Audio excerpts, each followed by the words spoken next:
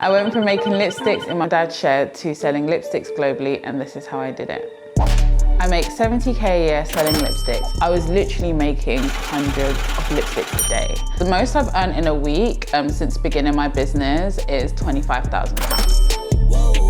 So today I am working on developing some new shades for our collection. I've got my ingredients ready. If I'm making like a color I always make, it's super quick. Today I'm basically starting from scratch, so it just takes as long as it takes, especially because it's a new color. I'd say we're selling about 100 lipsticks a week, but by Christmas I want us to be making 7,000 a day.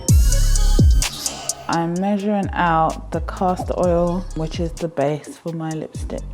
I've only got 2 ingredients so far, so our castor oil and our candelilla wax. And I feel like I run my brand this way because I'm a cosmetic scientist, but I feel like there's not many other people who run beauty brands that actually make the product. I started MDM Flow in 2013 when I had just graduated from university. I studied cosmetic science at the London College of Fashion. I had worked for so many different makeup brands, and I still didn't think that there was a brand out there that represented me and my personal values. This is Muru butter. So just waiting for my hot plate to heat up, and then I can start to melt my base. When I decided I wanted to start a business, I needed the space to like formulate and create this product.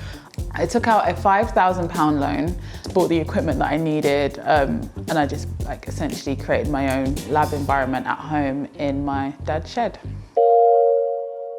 A huge thing for me is making sure that my colors are made for your skin tone. I always at least test it on myself first. This is a nice color, but it's not, like I feel like it needs a little bit of brown because it just doesn't look natural. It still looks a bit like chalky.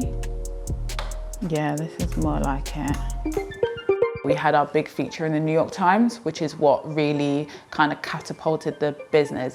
It's always been important for me since the beginning that my products look incredible on all women. I actually think it's quite embarrassing that there's still brands in the beauty industry now that have products that aren't suitable for Black women or darker skin tones.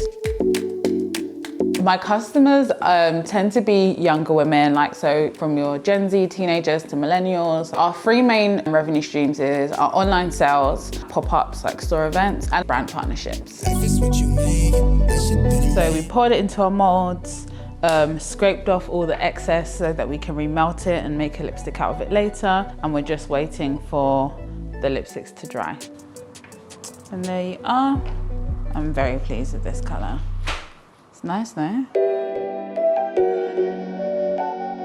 My meeting today is with Jenny, who is the editor of Black Ballad. So I'm just going to show her some of the new nudes we've been working on. Hey, how's it going? I'm excited to see these new colors. We have been working on a collection of nude lipsticks. That is really nice. What about if we did like a masterclass online? Ooh. If people get the lipsticks ahead in advance, then you can do like a tutorial. That would be really good. That's a good idea. So that was a really good meeting. I feel like we are gonna have some fun putting this event together.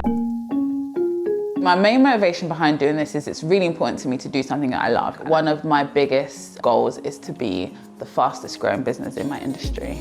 Would you like to get richer? I absolutely would love to get richer.